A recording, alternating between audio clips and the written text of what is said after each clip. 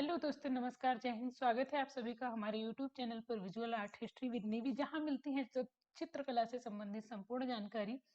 अब तक आपने हमारे चैनल पर जो वीडियोस देखी उनमें प्रागैतिहासिक काल से लेकर सिंधु सभ्यता तथा उसके आगे की संपूर्ण जानकारी आपको दी। मैंने प्राक मौर्य काल तक की संपूर्ण जानकारी आपको अपनी वीडियोस में उपलब्ध कराई है। अगर आप लोगों ने नहीं देखी है तो चैनल पर विजिट करके देख सकते हैं। आज जो वीडियो मैं लेके आई हूँ वो मौर्य काल से संबंधित है, मौर्य काल की कला से संबंधित है। मौर्य काल की मूर्ति कला की वीडियो आपको दूसरी मिलेगी। इसमें मौर्य काल में क्या चित्रकला का विकास हुआ, किन किन चीजों पर यहाँ कार्य किया गया, इन सभी के विषय में आपको जानकारी दूंगी, तथा कौन कौन शासक मौर्य काल में था, इन सभी का की जानकारी आपको आज की वीडियो में मिलेगी। तो आइए स्टार्ट करते हैं। जब हम सबसे पहले बात करते हैं मौर्य काल की, तो आप सभी को पता है कि नंद वंश का अंत करके, नंद वंश के अंतिम शासक घनानंद का अंत करके चंद्रगुप्त मौर्य ने मौर्य वंश की स्थापना की। मौर्य काल का समय 322 से 184 ईस्वी पूर्व तक रहा। कहीं कहीं 324 भी मिलता है। देखिए, 322 में ये आक्रमण करके विजित हो जाते हैं, लेकिन सही ढंग से हम कहें इनका राज्य तो 324 ईस्वी में चलता है। इसलिए मौर्य काल का समय 324 से 184 ईस्वी पूर्व तक माना जाता है। ठीक है, तो अब हम सबसे पहले बात करेंगे प्रथम शासक की। सबसे पहले जो शासक थे वो चंद्रगुप्त मौर्य प्रथम, हम कह सकते हैं चंद्रगुप्त मौर्य थे, जिनका समय जो था 322 से 298 ईस्वी पूर्व तक रहा।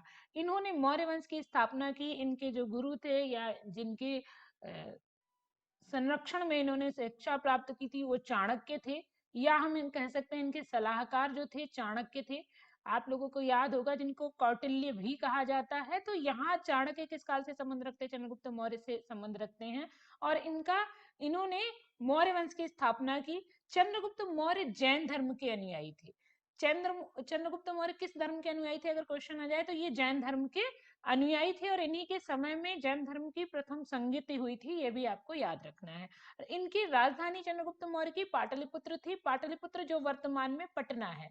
पटना कहाँ पड़ता है? बिहार में पड़ता है, आप सभी को पता है। तो पाटलिपुत्र में इनकी पहली राजधानी, या हम कह सकते हैं चंद्रगुप्त मौर्य की राजधानी पाटलिपुत्र थी। इसी के समय में एक राजदूत आया मेगस्थनीज। अब मेगस्थनीज क्यों इंपॉर्टेंट है? ये इसलिए इंपॉर्टेंट हो जाता है कि इसने ग्रंथ लिखा इंडिका। इंडिका में इन्होंने चंद्रगुप्त मौर्य के समय का पूरा विस्तृत विवरण दिया है, जिससे हमें इनके शासन समय की शासन व्यवस्था, इनके समय की राज्य व्यवस्था सभी की जानकारी मिलती है इंडिका पुस्तक से। इंडिका में उन्होंने इनके भवन की, इनकी कला की, हर चीज की व्याख्या की है, हर चीज का उल्लेख किया है, जिससे हमें पता चलता है कि चंद्रगुप्त मौर्य के शासनकाल में क्या था। तो ये इंपॉर्टेंट हो जाता है मेगस्थनीज। और मेगस्थनीज ने क्या लिखा? इंडिका लिखी, जिसमें चंद्रगुप्त मौर्य का के शासनकाल का, उसकी राज्य व्यवस्था का वर्णन है। अब चंद्रगुप्त मौर्य के समय में आया था, यह भी आपको याद रखना है। इसके बाद जो शासक आता है चंद्रगुप्त मौर्य के बाद बिंदुसार आता है। आपको ध्यान रखना है बिंदुसार और बिंबिसार दोनों में अंतर है। बिंबिसार हर्यक वंश का शासक था और बिंदुसार आपका जो है मौर्य वंश का शासक था। बिंदुसार का समय जो रहता है 297 से 273 ईस्वी पूर्व तक रहता है बिंदुसार का समय। बिंदुसार को एक उपाधि दी गई थी अमित्र घात की। अच्छा, इसके समय में भी एक राजदूत आया, सीरिया का राजदूत था डायोमेकस। सीरिया का राजदूत डायोमेकस या डायमेकस जो था, ये किसके समय में आया? बिंदुसार के समय में आया। बिंबिसार और बिंदुसार दोनों में अंतर है। बिंबिसार वो जिसने महात्मा बुद्ध का पहला चित्र बनवाया था, हर्यक वंश का था। ठीक है, और ये बिंदुसार आपका जो है ये किसका है? ये आपका मौर्य काल का शासक है या मौर्य वंश का शासक है। डायोमेकस इसी के समय में आता है और वो भी अपने इसकी व्याख्या करता है अपने स्मरण में, यात्रा वृत्तांत में।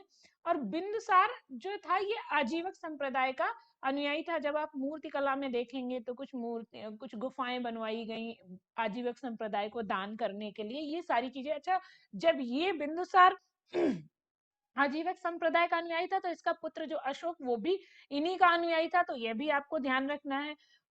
अब यहाँ एक चीज याद रखना, मौर्य वंश का जो इनकी वंश का प्रतीक चिन्ह था वो क्या था? मोर था या मयूर था। तो ये भी आपको याद रखना है, कई बार पूछ लेता है।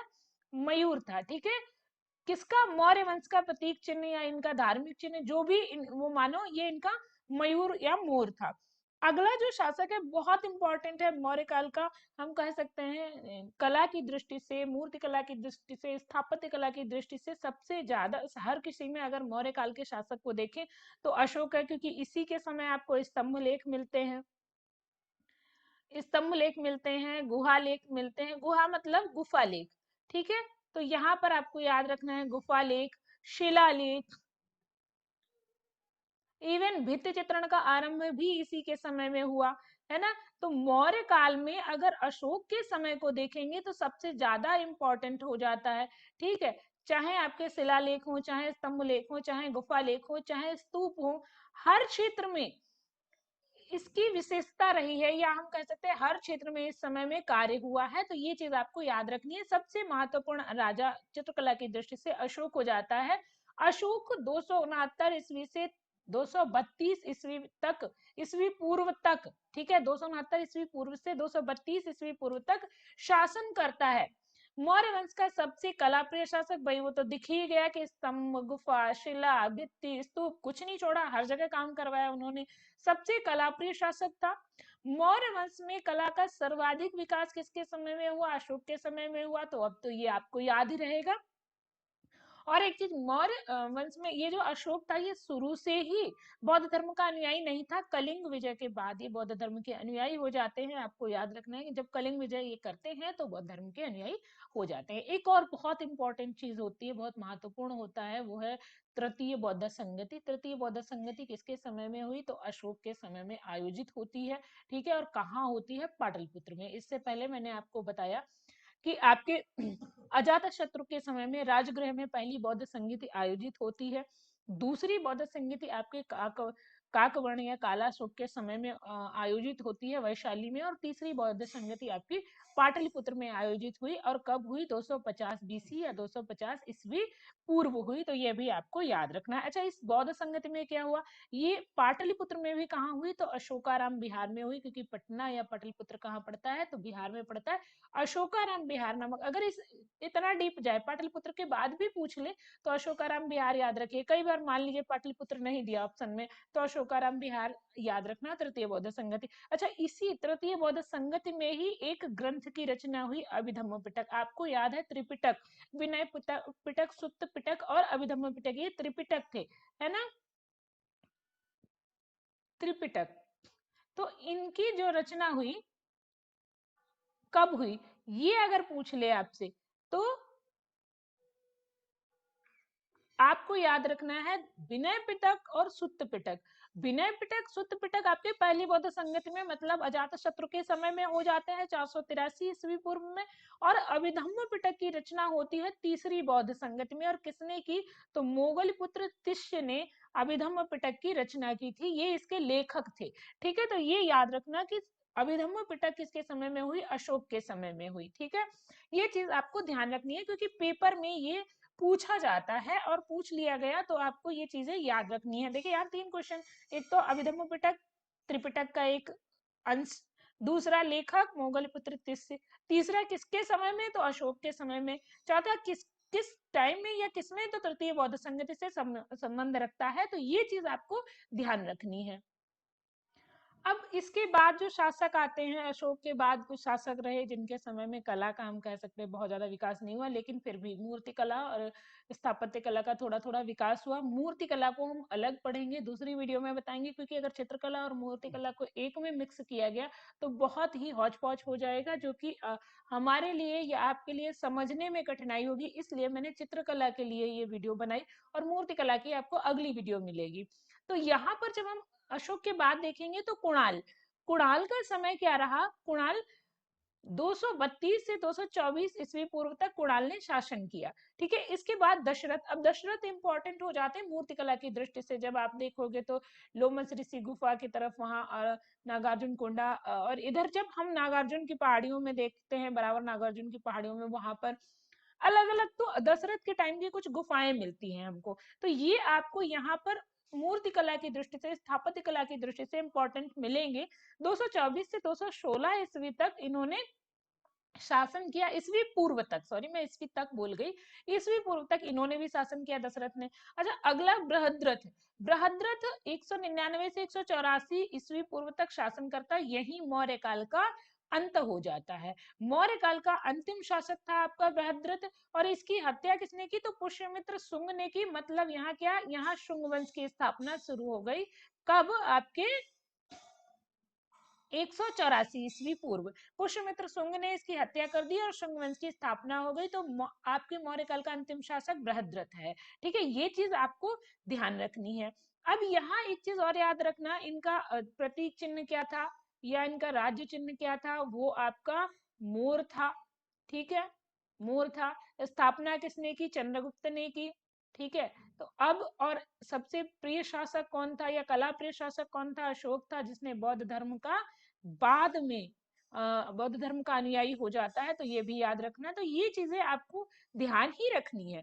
एक चीज और, NBPW, ये इसकी फुल फॉर्म आपको ध्यान रखनी है। कई बार पूछ लेते हैं NBPW, northern black painted ware, मतलब उत्तरी काले चमकीले मृदभांड। ये किस काल से संबंध रखते हैं? तो मौर्य काल से रखते हैं। बर्तनों पर ओप चढ़ाई जाती थी, आप लोगों को पता है। लकड़ी पर पॉलिश करने का सबसे पहले जो सबसे अच्छा उदाहरण मिला वो कहाँ मिला है? आपके मौर्य काल में मिला है। जब मैं मूर्ति कला पढ़ाऊंगी तो आपको सारी चीजें विस्तृत बताऊंगी कि क्या क्या मौर्य काल की विशेषताएं थी। फिलहाल यहाँ पर चित्रकला की बात करेंगे। NBPW, Nathan black painted ware या उत्तरी काले चमकीले मृदभांड, ये कहाँ मिले? मौर्य काल से संबंध रखते हैं, और इसी के ये पात्र थे। ठीक है, ये क्या थे? पात्र थे। कई बार फुल फॉर्म पूछ लेता है, NBPW की फुल फॉर्म क्या है या इसकी हिंदी क्या है, तो ये चीजें आपको ध्यान रखनी है। आज के लिए आपसे एक क्वेश्चन है, ये मैं देखना चाहूंगी कि आपने वीडियो को अंत तक देखा या नहीं। ये पता चलेगा कि OCP, आप सभी ने नाम सुना होगा, जिनने सुना है, जिनको पता है वो बताएं, अगर नहीं पता होगा तो अगली वीडियो में मैं आपको बताऊंगी। आप कमेंट करके बताइएगा कि बताइए OCP क्या है और किस काल से संबंध रखता है, ये आपको कमेंट में बताना है। ठीक है, OCP किस काल से संबंध रखता है, अब ये आपको ध्यान देना है। अगर आपने ये वीडियो देखी है तो आप बता पाएंगे कि OCP किस काल से संबंध रखता है। आपको आंसर देना है और इससे पता चलेगा कि आपने ये वीडियो पूरी देखी। संबंध रखता है,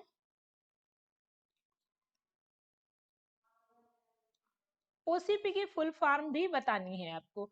ये क्वेश्चन थोड़ा टेढ़ा बेढ़ा मैंने लिख दिया है, ये आपको बताना है। तो कुछ इतनी थी आज की जानकारी। आज की वीडियो आपको कैसी लगी कमेंट में जरूर बताइए, और अगर नए हैं तो सब्सक्राइब कर लो जी, तभी तो आप अगली वीडियो देख पाओगे, कला से अगली आगे की जानकारी ले पाओगे। और मैं आपको पूरी वीडियो सीक्वेंस वाइज उपलब्ध कराऊंगी, तो अगर आप सब्सक्राइब कर लेंगे तो ज्यादा बेहतर होगा। फिलहाल वीडियो देखने के लिए धन्यवाद। अगर वीडियो अच्छी लगी है तो कमेंट करके बताएं आपको इसमें क्या ज्यादा सही लगा, या आपको मुझे क्या सुधार करना चाहिए। और ज्यादा से ज्यादा शेयर करें ताकि लोग इसका और भी लाभ उठा सके। आप सभी का वीडियो देखने के लिए बहुत बहुत धन्यवाद।